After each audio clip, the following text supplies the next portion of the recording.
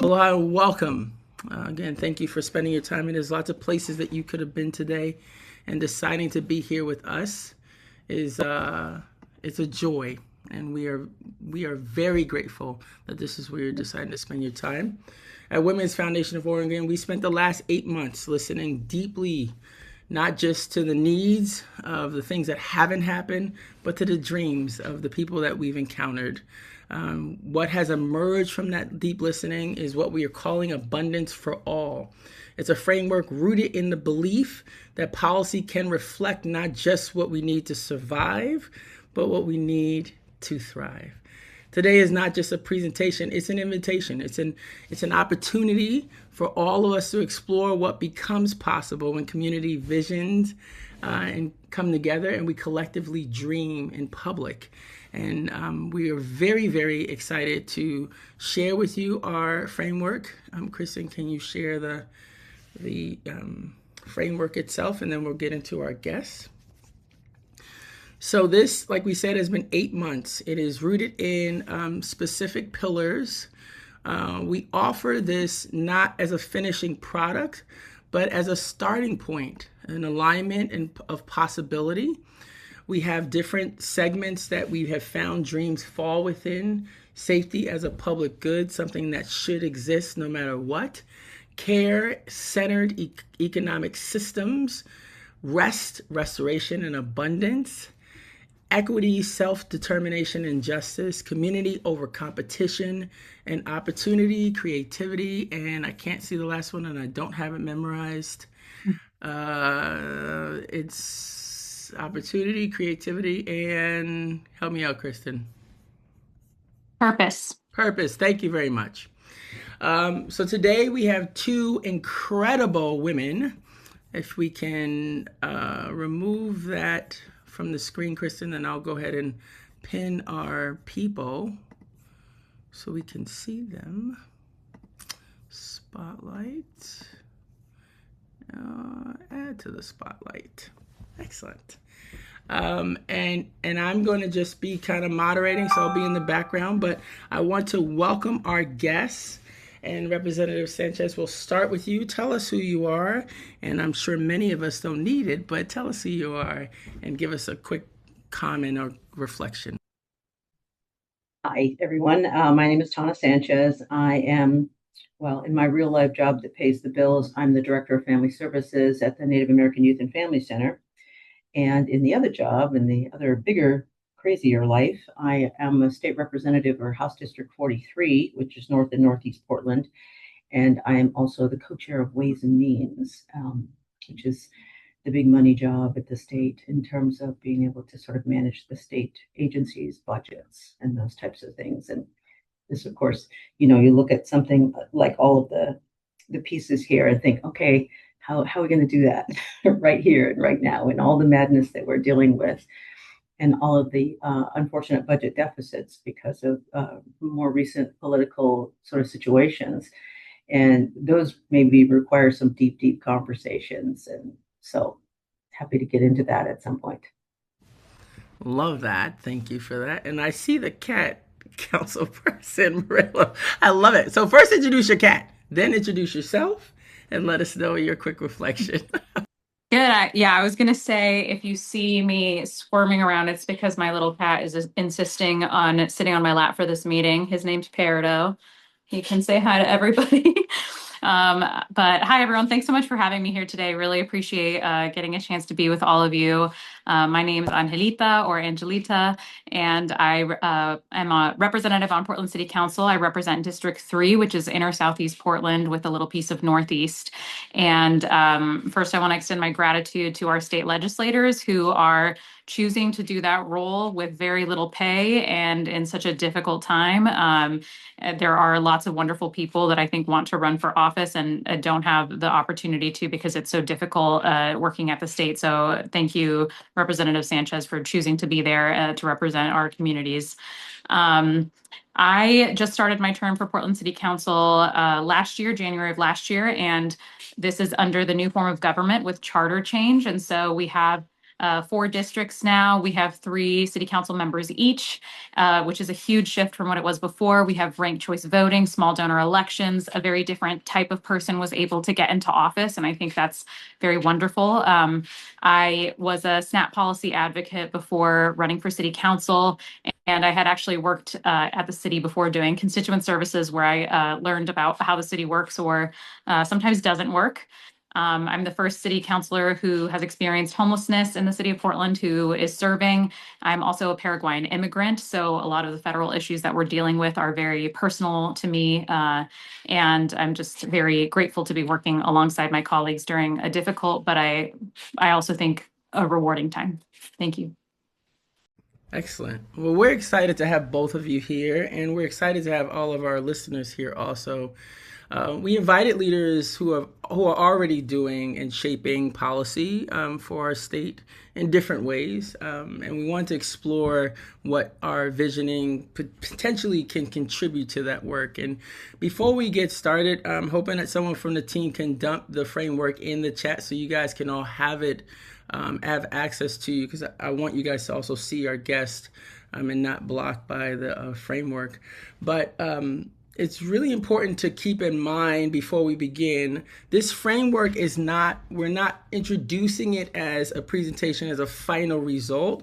We're introducing it as an opportunity to provide the community with insight on how we're hearing voices. And if the framework is shaped well enough, it gives the community a way of looking at policy in the future, and knowing what other voices are saying about policy and knowing what other people want about policy. This is definitely a where we need to go framework, not the things that we haven't done. And so it's a big, big dream. It's a big move forward, and we want to make sure that we ground it in that context. Were we able to put it in the chat, team? So I want folks to be able to have it. Yeah, we're working on it. Okay, cool. So the first question is, what feels right now? When you hear the vision of abundance for all, and what is your immediate actionable kind of thought inside, and in terms of the current policy landscape and the work that you guys do? And either one of you can jump in and let's just have this conversation. Well, as I mentioned, sort of it's as we sit kind of in a deficit mode, unfortunately, it's really hard to sort of, manage that word. And then also recognizing that women have always been able to make it happen, right? Doesn't matter. We'll figure it out. If there's nothing for dinner, we'll figure out something for dinner, right? Like that's the way it works, generally speaking. And or we'll make sure that, people eat or people have resources in some way, shape, or form. We've always been able to do that. So I guess for me, it says, like, what's the actionable items in some of this framework? And how would we sort of set some of those things in place so that they don't become, just catchphrases, right? You want to figure out, like, how would you, if you say safety as public good, does that mean some level of law enforcement that has a basis in restorative justice? Or does it just mean, like, how do we provide enough or have enough available so that people won't feel the need to try to hurt other people to get their needs met, right? And does it mean, if safety is also about just human beings? I mean, I talk to people every single day who are struggling with community and relatives and just people everywhere in their lives who are struggling with their mental health and addiction.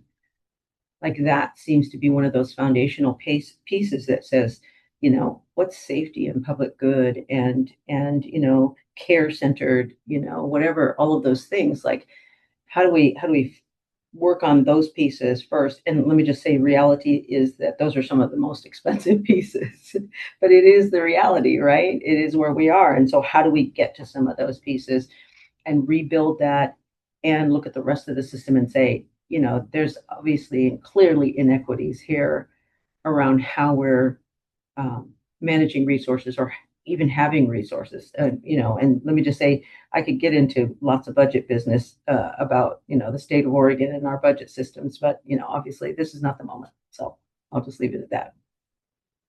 Yeah, I really like that framework, the actionable parts, and just to get into the weeds of where we're going with it, we will keep collecting dreams from people. We're not going to stop, and we're starting to look at how do we segment each area. Like this was our first kind of grab of people's dreams. So how do we segment it? So some of the things we're talking about is like people, environment, and place. Like what are those? Like what are the actionable things within those things for each pillar? So I love that framework of how do we make each pillar actionable? I love that. Excellent. I think when I think about talking about who gets to dream is kind of a question as well. We're creating a very intentional space here for women to lead and dream and be thinkers and influence the world that we get to live in. But I also think of a lot of people who don't get to dream in our society because of a lot of different reasons, whether that be economic, race, gender, sexuality, all of those things that are being especially targeted even more now than I think they were before. But similar to what Representative Sanchez says, we're facing a very difficult budget crisis, and it is tough to think about abundance when you are facing mass cuts. But I also, the first thing that sort of came to mind were a few things, right? In Portland, one of the big discussions we're having is obviously eternally around housing and homelessness and who gets to have their voices prioritized and who doesn't. And oftentimes, the perspective of unhoused people and what they're going through and what their needs are and how we get them into long-term housing is not a perspective that is prioritized, even though I believe that when we lift the people who have the least among us, that tends to float all the other boats. And so I think in the policymaking that I'm trying to do is center those folks and make sure that we're focusing on long-term solutions and not just what alleviates the discomfort of those who have more. I'm also often thinking about when we're talking about abundance, we are at the city level talking about massive cuts to community services like parks programs that feed children, things that take care of families directly, things that make our city livable when childcare is exorbitantly high or people are losing their SNAP benefits, that sort of thing.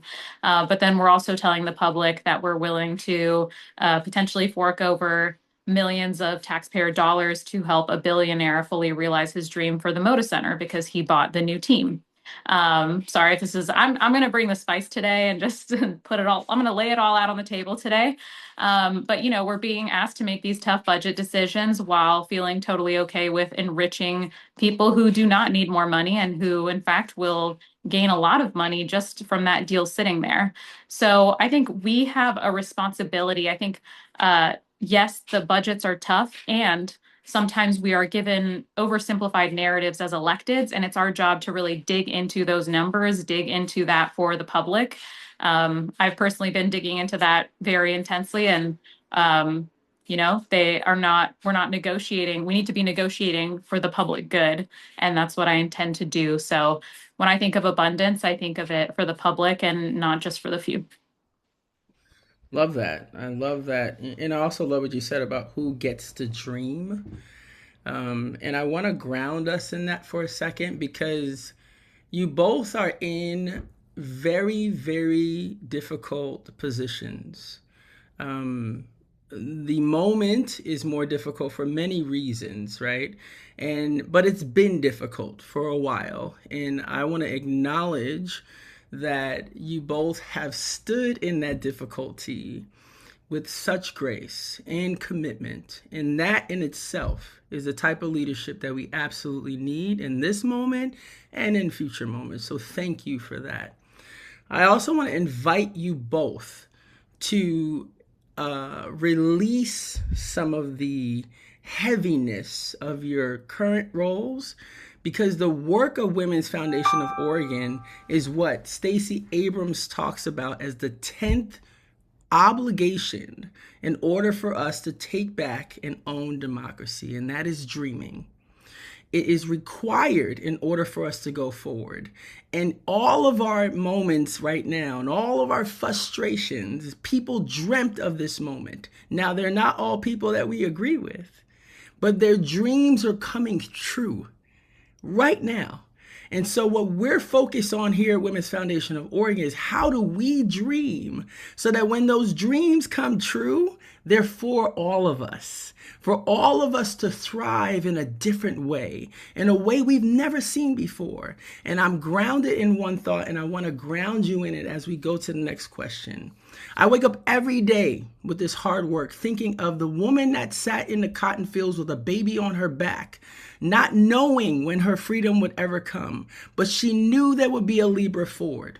She knew it in her soul. She knew that it may not be in her existence. And so I'm asking us all to elevate out of this moment, because guess what? The moment comes back as soon as we're done this meeting. I can promise you that.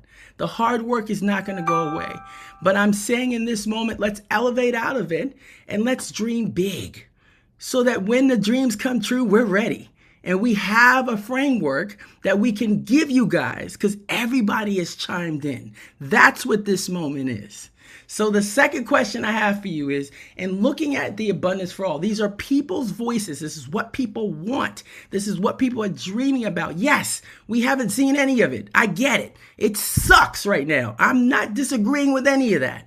But people want something and they're telling us. And so in the abundance for all that people have been dreaming of, tell me what alignment already exists and what part of it can we absolutely charge forward on with full throttle and move fast. I'll let any of you guys answer. Okay, I'm gonna need you to expand on what you mean by alignment. Where do you see alignment between the framework and current policies that maybe you are working on? Like, for example, I know that former Governor Kit Hopper put forward a resolution about 2033 and trying to resolve the health care benefits crisis. So there's some work happening, right, where people are starting to think forward. And so where do you see those alignments and policies that exist or initiatives that already are happening? And where are we just not even moving in that direction in some of these areas? Well, to be honest, I feel like we've been trying to move in lots of these directions for a very, very long time, and we've just gotten our tires pumped. Like we just got like actually we've been moving, and then it's some of it has blown up because the state of Oregon did an amazing job doing with the ACA expansion. We did a really wonderful job. We have put more healthcare resources in place and more options for people who were who were considered acceptable, and those who were considered not acceptable. Well, I don't actually like the word illegal because for the most part they're talking about people who just happen to be on the wrong side of somebody else's imaginary border.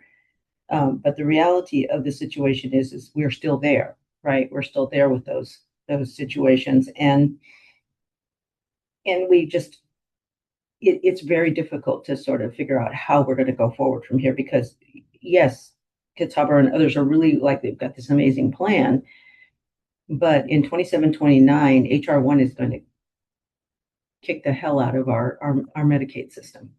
It is. There's no ifs, ands, or buts about it. And right now, people may have their opinions one way or the other about saving Bay Area Hospital, but making sure that people have access to birthing centers, I think that's a priority, right? I don't like that it's coming out of the Common School Fund. I don't like that that we made that decision. But, the reality is that hospitalization or hospitals, our medical system is going to destabilize in the next few years based on what's happened. And for us to have to figure that out and figure out long-term, like how are we going to support that? That's going to be a bigger deal, right? So many of the things that we have tried really hard to put in place are things that the current administration does not like. And so it's going to be a really, really tough road figuring some of those things out and figuring out how some of the things that they do like can be actually modified to work in the way that will make sense to us and help us make a better opportunity, I think. in terms of things like housing and, just overall resources. I think some of the things that are going to be important, we'll be able to maybe move in different directions. And, I think I mean, it will take a lot more detail to get into some of the longer term conversations, I'll have to say, but I think there's ways around it. Let's put it that way. I'm very excited for some of the opportunities we have at the city around housing. That was kind of I have sort of housing brain right now because I was working on a few policies around that. But the first thing that came to mind was I just passed my resolution out of committee, Inner East Side for All, which will allow zoning changes in the more proximity-based Inner East Side so that we can build more housing and make it a little bit more affordable to live in our city.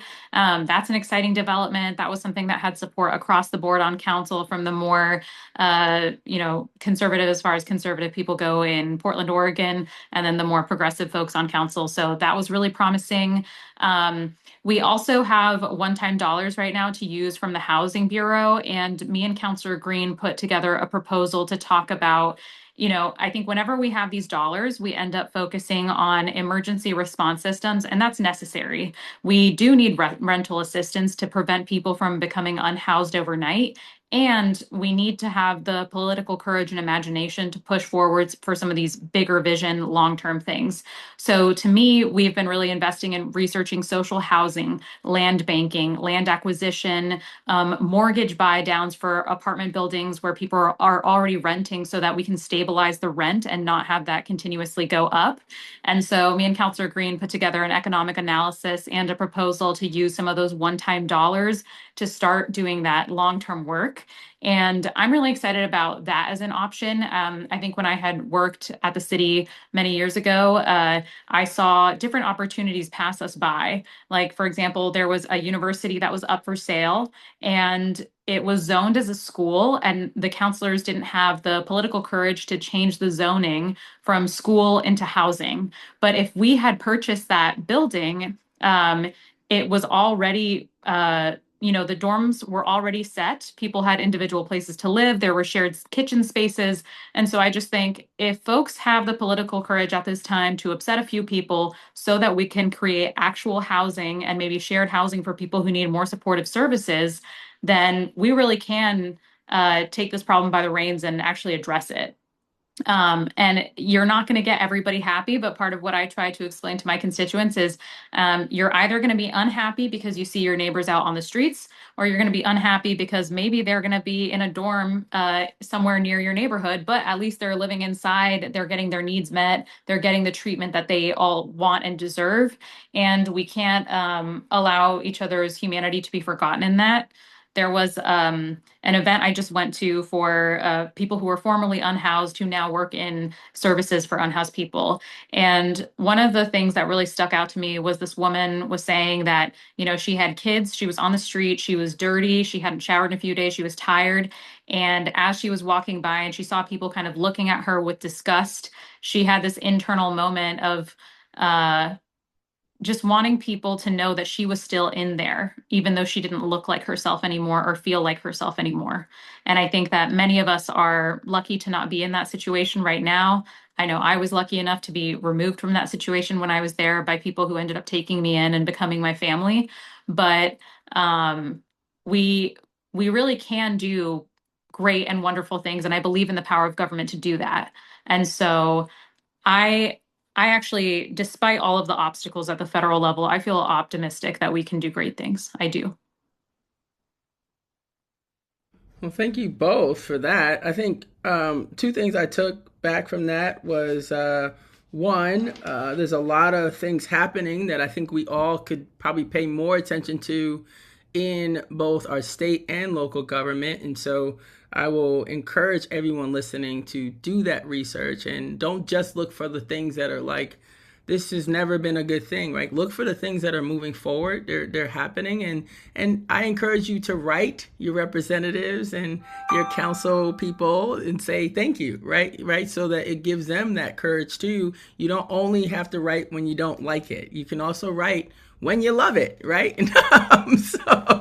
That's also, I heard that loud and clear. And then I also just want to highlight political courage. I think that's also something that we all can use those two words well. I think that we just heard a great example of what political courage can be like and sound like. But as you're listening, maybe consider how you communicate with your representatives and talk about political courage and what that looks like to you and what you would like to see. And when you see political courage, again, letting them know that you're excited and encouraged by their political courage, especially in this moment. So thank you guys for that feedback. Yeah, go ahead. Can I just jump in here for a second? So let me just say that's really an important message right there, because some of the things that we're struggling with the most is the fact that you know, we haven't always been the people in power, and we've made the legislature itself, or the governing situations have made horrible decisions in the past that benefited them at that moment. But now we sit in a place where they're not benefiting us, and we're not in a good space. And so we have to figure out how do we move past some of those things, and how do we get people to a place where they can go, oh, well, that actually doesn't benefit me anymore. It benefits other people with far more resources, but it doesn't benefit everyday Oregonians. And that's the hard part, because we've also made laws that we thought were intentional to do really, great things for somebody. Oh, we want to make sure that all this permitting and all this stuff is required and blah, blah, blah. But then it stopped us from building housing. People put laws into place to make sure you couldn't do multiple, housing projects in one particular area because it would ruin the aesthetic of their space. So sorry, folks, but housing, it's either up or out, people. Building housing for people is either up or out, and we have to make those hard decisions. And maybe we have to move past some of the really not so functional laws and things that we've done in the past. And that there's a whole realm of those types of things. And so the political courage to step past that and say, okay, we can change that law, but the people with the money are going to make it really hard to do that. And they're also going to try to convince you that it's not a good thing to do. And I will just say kicker out loud. God and everybody else. I love that. Thank you for that. And, I think, we're amongst friends here, so it's a little, it's less tense here in terms of the feedback. But I do think it's important to encourage. And these are human beings first that sit in these positions. And I think it's important that even in our frustrations, we lead with that understanding, because we need all fighters, the ones that are vocal in the streets and the ones that are vocal at our legislative tables. We need them all. So the last formal question, and then I'll move it to the audience. So if you have questions, please put it in the chat, and I'll make sure that I fish through them and get them out into the open, is with our Abundance for All, what should we be mindful of? And the first thing was, of course, the actionable items, and I really like that feedback. But what other things would you like us to be mindful of as we continue to listen to folks and continue to listen to people's dreams and where they want to see us go in terms of policy and, unintended consequences, challenges, brilliance? Like, what are those things that you like for us to keep in mind?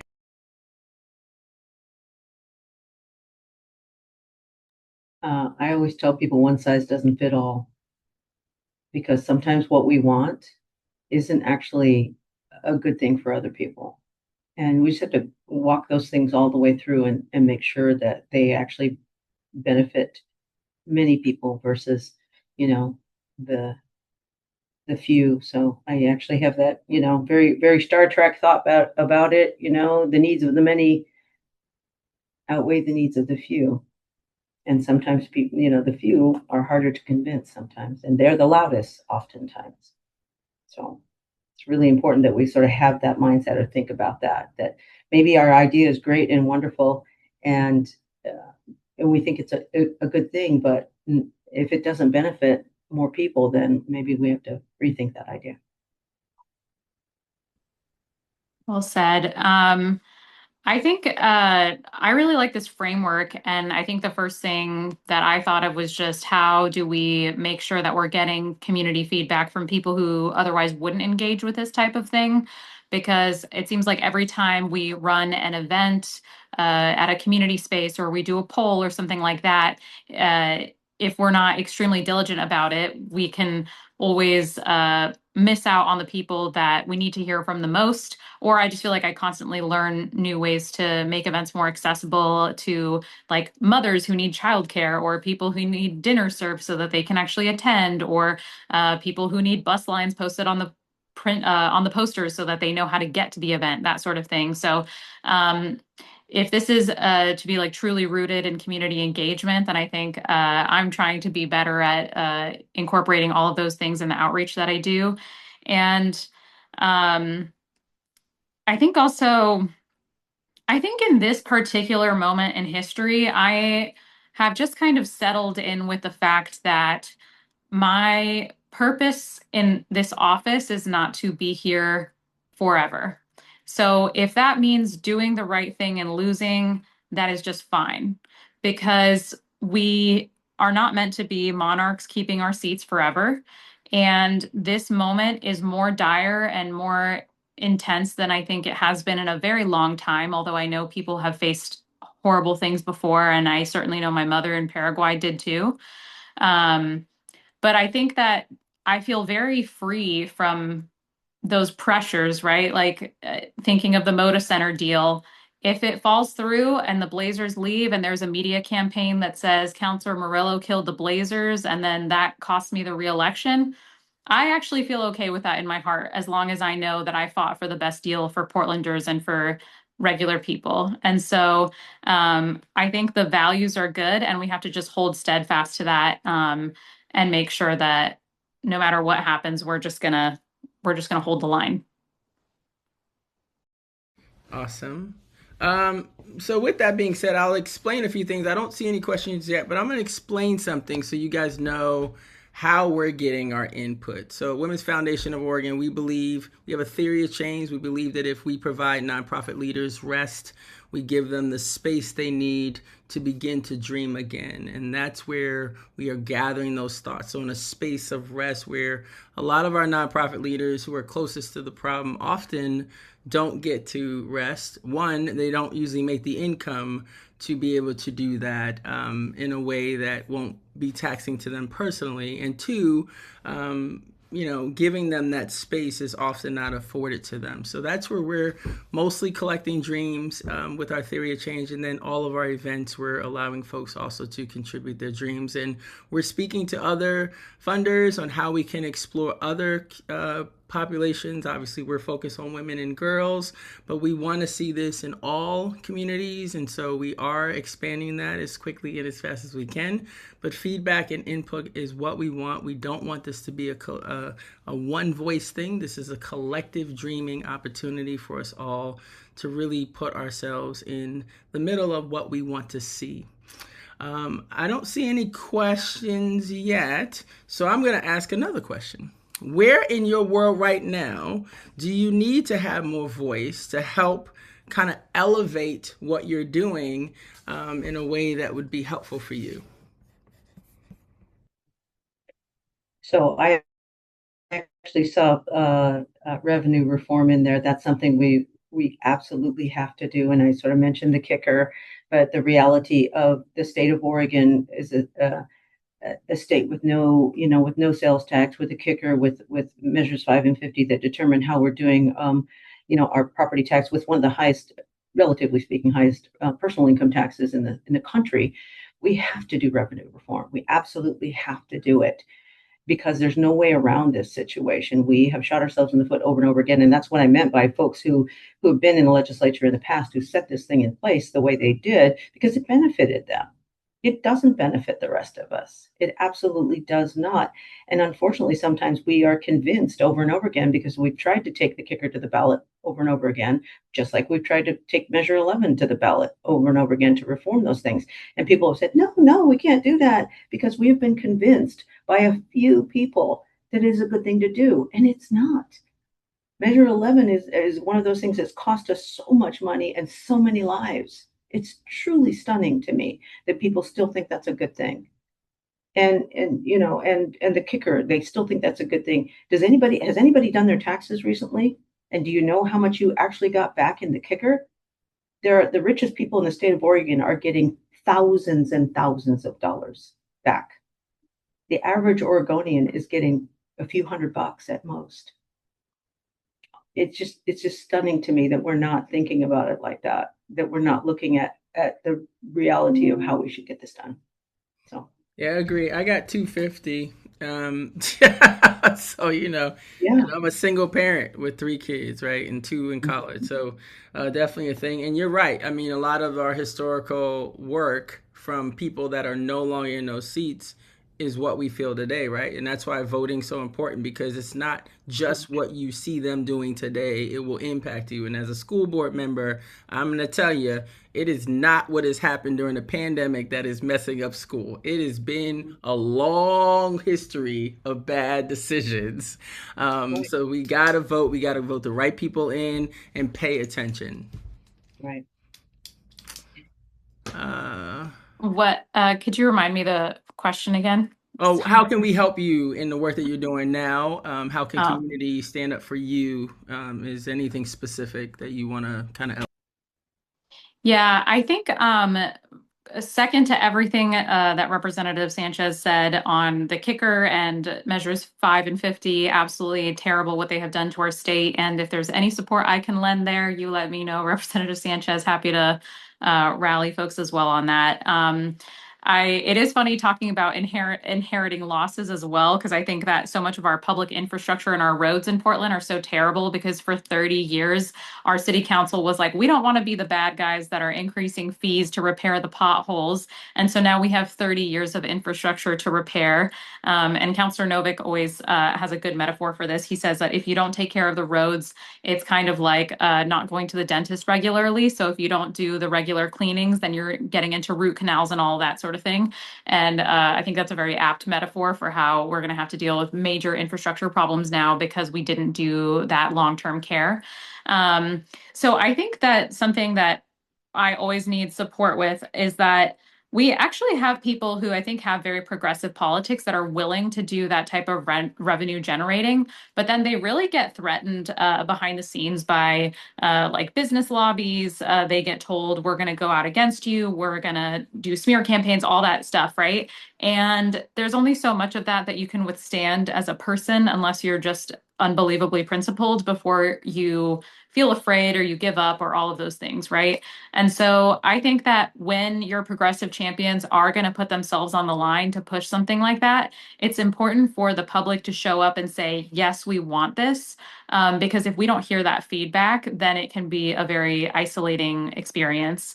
Like just to share something else that's happening with you right now, Councillor Canal and I are trying to push a local mask ban for ICE agents. It's more specific than what was just passed at the legislature and has a bit more tools to it. And I know for a fact that the Portland Police Association, the police union, is calling my colleagues and telling them, if you support this, we will not only not endorse you the next time around, but we will actually actively fight you during the campaign, right? So people who otherwise I think have good politics or ready to go toe to toe with ICE are being threatened even by our local police union. So in order to combat that, it's not just pressure in a negative way, it's also people saying, if you do the right thing here, the community will have your back. We're going to rally behind you. And I think that's really, I trust that people will do that in my district, but people are in difficult spaces sometimes. Great points from both of you guys. I think really, really important, those things. And I think you have a good crowd here. Hopefully they're going to be pushing some of that energy you guys' way. We've got a couple questions in here I'm going to spew out.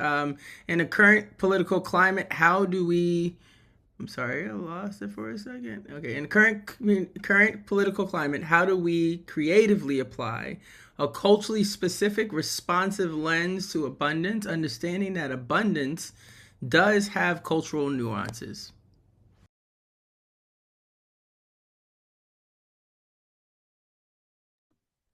I Go ahead. sorry, go ahead. No, I'm still reading it again and just going, Oh, okay. okay. I think really that just has to happen on a case by case basis with all of the policies that we pass and just doing your best to include the groups that might be impacted while knowing that there are going to be times that you miss it and maybe they're going to reach out to you afterwards and be like, hey, we needed to be included in that, or we have feedback and suggestions, right? You're not always going to be perfect at it, but the point is to try. But I think it just is a lens that has to be applied, right? So if we're doing a zoning change in a neighborhood, is that going to impact historically displaced Black residents who are suddenly going to have their housing cost increase because we are accidentally gentrifying a neighborhood when we're trying to do something good by building more housing? Is okay, we're trying to open up the river to be a public space. Should we connect with the local tribes to make sure that they're okay with that? Or like, how do they want to partner on that? That sort of thing. So I think just to me, that's more of like a policy lens that everything that you do has to think of who is not included in that space. And because of who we all are as people and the different identities we hold, sometimes you're going to miss people. And through the process of working on the policy, you'll hear from them and they usually won't be happy with you. And that's okay. Then you can include them and make your thing better. Right. The sad reality is sometimes we're a little gun shy about doing those kinds of things because of how much pushback we might get necessarily. And let me just say, for the last many years, and let me just say, also very thankful that Representative Deal is running for governor because then he's not in my hair anymore in the legislature and will not hopefully send everything that we have culturally specific information on or requirements in there to to the courts, because that's what he's been doing. Every time we tried to pass anything that had a culturally specific lens on it, he would send it to the courts because, he would challenge it. Because God forbid people of color get anything more than, some white folk. And so we've had to be creative around how we do that and how we look at it and recognize that, you know, poor people are also people of color. People with disabilities are also people of color. People who live in, less affluent areas are also people of color. Like being really thoughtful about how we articulate some of those things, and then recognizing also that that abundance has a lot to do with more than just people of color. Like, how do we get that? How do we help support that for many, many people who've always been disenfranchised in this process and maybe can't afford to run for governor? I can be a real joke sometimes. So another question is with, of course, public funding is disappearing from many agencies, and so there's some push talking about big donors filling that gap. And I just want to stop here because I often want to, as a company, as an organization that's philanthropically focused, Oregon sits uniquely in the country. We don't have the same number of billionaires that many states have. And so philanthropy can't fill a gap. I just want to say that out loud. Philanthropy can't fill the gap in Oregon. So the question is, we're asking private sector to cover the programs that many people think are covered by their taxes. Furthermore, arguably, if these people want to see these programs funded, they would pay more taxes. Are there any conversations happening to try and fill the gap, I'm assuming with taxes, both the knowledge gap and also the obvious funding gap?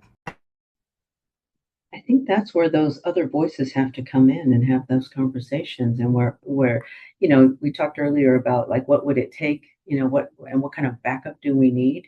We need people to start to learn and understand what this is all about, because very much that road conversation or those social service programs or whatever it is, we all pay for that in some way, shape, or form, right? And we pay for it by having, again, one of the highest personal income taxes in the country, by having a really messy and dysfunctional, in my opinion, property tax situation. We built the state of Oregon basically when we went away from having timber being a primary source of income or tax income. We went to, allowing businesses to come in and not pay big taxes. And now we're starting to turn that around and make that a little bit different. But, the whole reality of the situation, we're one of 3 states in this country that do not sales tax. And if we want to create some level of equity, a sales tax on non-essentials and a reduction of personal income tax and a redo of measures 5 and 50 and all kinds of little things in there, again, dealing with the kicker as well, that will help create a different balance, because guess who's not buying a yacht, right? Most of us are not buying a yacht, but the sales tax on a yacht might be a little bit of an important chunk of change, right? And I get it. Nobody likes sales tax, and they don't want to. They don't. Like, we're Oregon, we don't want to do that. But guess what, Oregon? We got to get our shit together and recognize that we're not helping ourselves here. That revenue reform is absolutely necessary, and if it means a sales tax, again, not on non-essentials, and I think diapers and toilet paper and things like that, those are essential. Right? Like, and figuring all of that out. I've been trying to pass a beer and wine tax here in this state for years. You've been paying attention, Libra, that look on your face, because I honestly didn't know that. We'll be talking. Beer and wine in this state, the tax on the privilege tax on beer and wine in this state has not increased in almost 50 years. Why? Right? Why is that? Because that lobby is really powerful and doesn't want it to happen. And spin doctors, all kinds of stuff. If we were to do a sales tax, that would come in underneath that tax, and we could actually manage that situation better. Great point. I'm definitely going to be reaching out to you about the wine and beer tax. I didn't know. Now I know. Now I'm on it. I'm right behind you.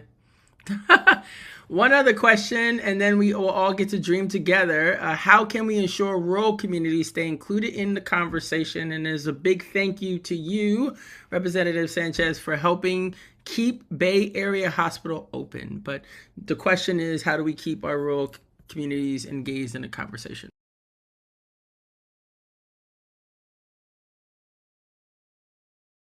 And I'll just quickly say before you begin, so in this conversation, we do engage statewide. This is not just Portland metro area. We are a statewide organization, so we are definitely engaging all. But go ahead. Right.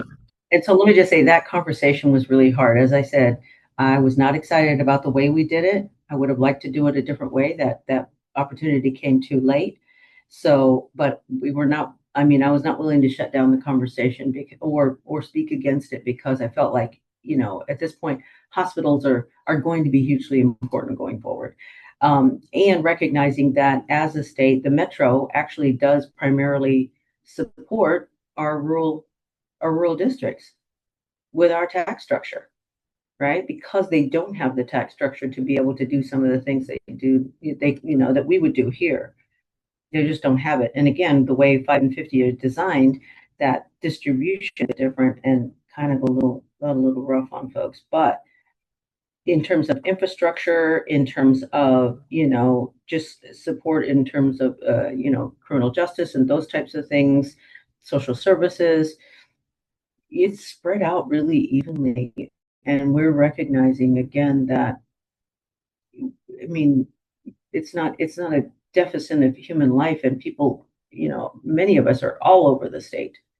And we have to figure out, how do we manage this together? And I think that was a huge and amazing partnership. Representative Nose did the majority of the work to get that bill passed. He really did. And like, he actually admitted he's only been to Coos Bay twice in the entire time he's lived here in the state of Oregon. But he pushed that because the representative from that district did not have the ability to sort of understand the full breadth and width of the problem and the tools and the levers that wouldn't be needed to actually move that. So we do, as urban-based representatives, actually work really hard to support the wider state, because while I vote and I represent technically this, North and Northeast Portland, I vote for the entire state. That's just the reality of the situation. We vote for the entire state on everything. Yeah, and I think all our struggles are very interconnected, right? Because if there's a hospital that closes down in a rural area, that means people are coming to Portland and needing those resources here. And if we're not doing things to, fix our roads, our resources, all of the things that they're going to have to access other places, then we're doing a disservice. Like I think there is often in these political spaces a rural city divide. And to me, I think that's a fabrication. I don't think that these things are at odds. And I think when I was a SNAP policy advocate beforehand, we would see that the people who were the most impacted by it, even though their Republican legislators often voted most firmly against federal SNAP benefits and that type of thing, they were the ones who needed it the most. It was rural areas that were really disenfranchised and not serviced by us and by, frankly, their own legislators. So I think that we can always find a place to help one another, and just knowing that this is an interconnected ecosystem. The divide between us is an illusion.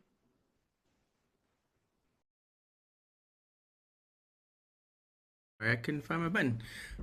Excellent conversation. Thank you guys for this. I want to give everyone an opportunity to give big thanks in the chat to our guest, and they're elevating their voices in their spaces, but also in this space. And I'm hoping also everyone in this space will also keep elevating them in support, or just in giving them information about what you have in the work in the areas that you sit in.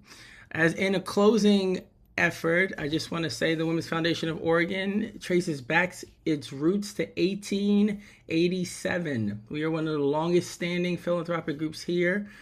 When Oregon women began to organize for change, it began in 1887. It was the start of a movement that continues to shape Oregon to this day. The point of our Theory of Change is to continue to be a part of that movement. Today, we're expanding the work. The women of that day did not think that Lieber Ford would be running this organization. That's the brilliance of change and moving forward. And as we begin to move forward with you, and we continue to work towards the dream of what we all want to see, I want to give you guys an opportunity to take a breath before you enter your chaos of whatever you got to deal with today. Really dream for this moment. What would you like to see Oregon look like for you, for the future, for those that will be here beyond our existence? Think about that genuinely, without the weight of what we have not done well, without the weight of the things that have been hard to digest. Think through what we could be like, because those dreams one day really could come true if you just believe. So with that being said, I am honored that you all joined us today. Thank you to our guests for taking this time out today. We will continue to support you and uplift you. And you call on me whenever you need me to shout out somebody. You know I'm always there. Other than that, I wish you all well. Have a wonderful day, and we'll see you next time. Thank you all so much. Really appreciate your time.